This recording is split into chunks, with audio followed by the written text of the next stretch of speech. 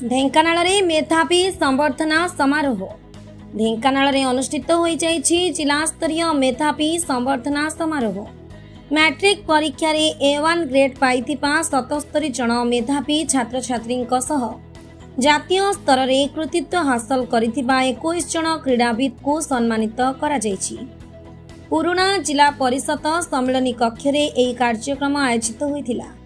उत्सव रे मुख्य अतिथि भावे खाद्य जोगाण और खाउटी कल्याण विज्ञान और प्रजुक्ति विद्या मंत्री कृष्ण चंद्र पात्र जोगदे भारत ज्ञानी और गुणी मानक देश बोली कहिथिले।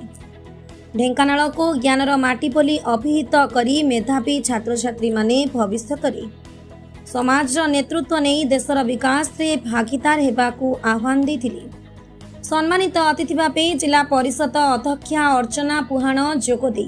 परिश्रमर फल सबुबेले मिलिथाए बोली कहिथिले। पिलामाने भल पाठ पढ़िबा सह भल मनीष होई समाज सेवा करिबा उचित बोली से परामर्श देथिले।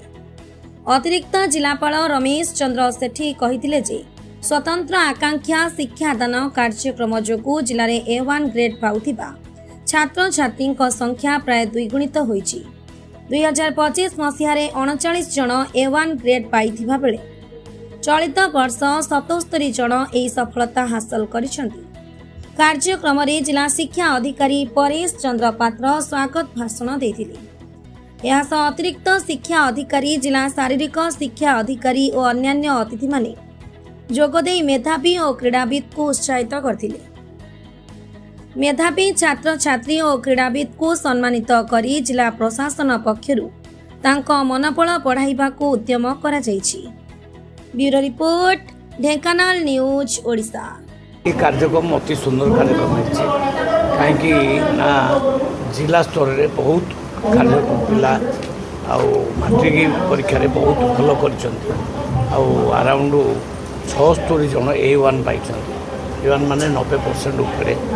आगुरी 30 जन 32 जन पाते तेणु गोटे लंबा जॉब ढेंकानाल कर शिक्षा क्षेत्र में भल कम कर सहित खेल में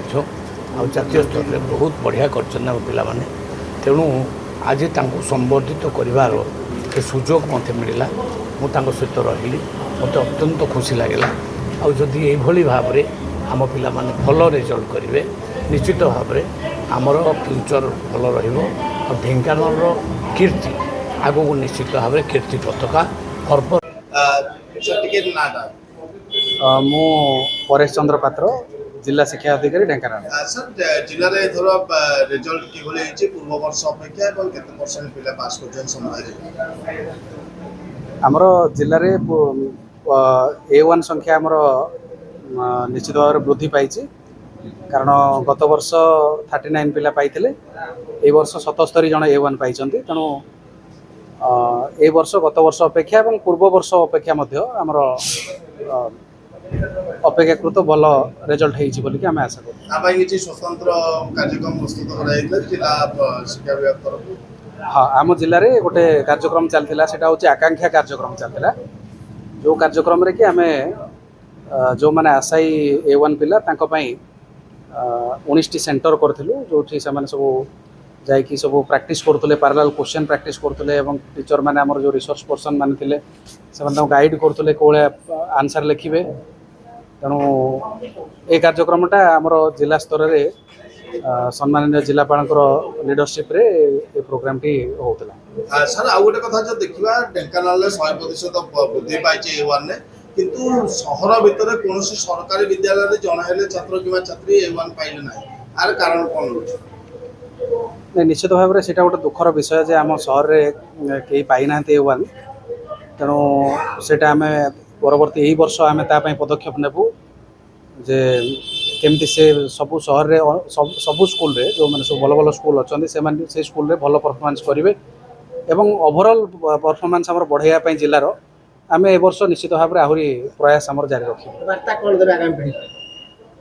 वार्ता यह जे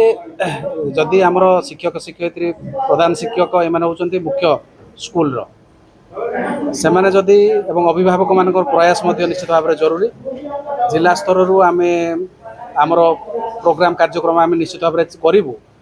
किंतु ताकू इम्प्लीमेंट करेंगे प्रधान शिक्षक और शिक्षक शिक्षयित्री माने विद्यालय स्तर में तेणु आम प्रधान शिक्षक एवं तांकर शिक्षक शिक्षयित्री अभिभावक एमानकु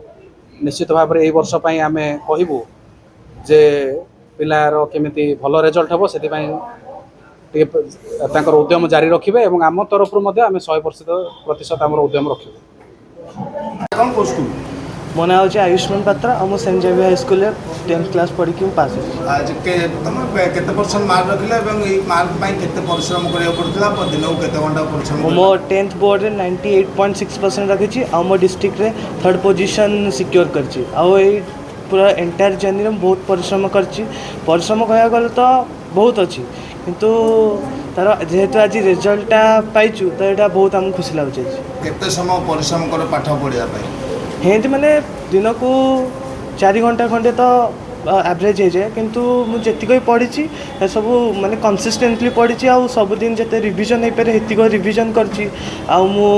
सीनियर माने ठू एडवाइस नहीं केंति पढ़िया को केंति कौन स्ट्रेटेजी करिया को सब नहीं कि मु करके मु एते भल रिजल्ट कर श्रेय क्या दब सफलता मु मोर ये सफलता से मोर टीचर्स मानक पेरेंट्स मानक मो फ्रेंड्स मान देवा चाहिए। भविष्य में मोर तो ए प्रिपेरेसन जेई चाहिए आ गोटे भल IIT कॉलेज को जावाई मोर ड्रीम अच्छी। केते परसेंट मार्क रखिला एवं ए मार्क पई केते परिश्रम करिया मु 98.8% रखी आउ ये मार्क पई मिनिमम 4 ରୁ 5 घंटा पढ़ी डेली आउ परिश्रम अधिक करिया दरकार नहीं बाकी कंसिस्टेंटली पढ़ियार अच्छे।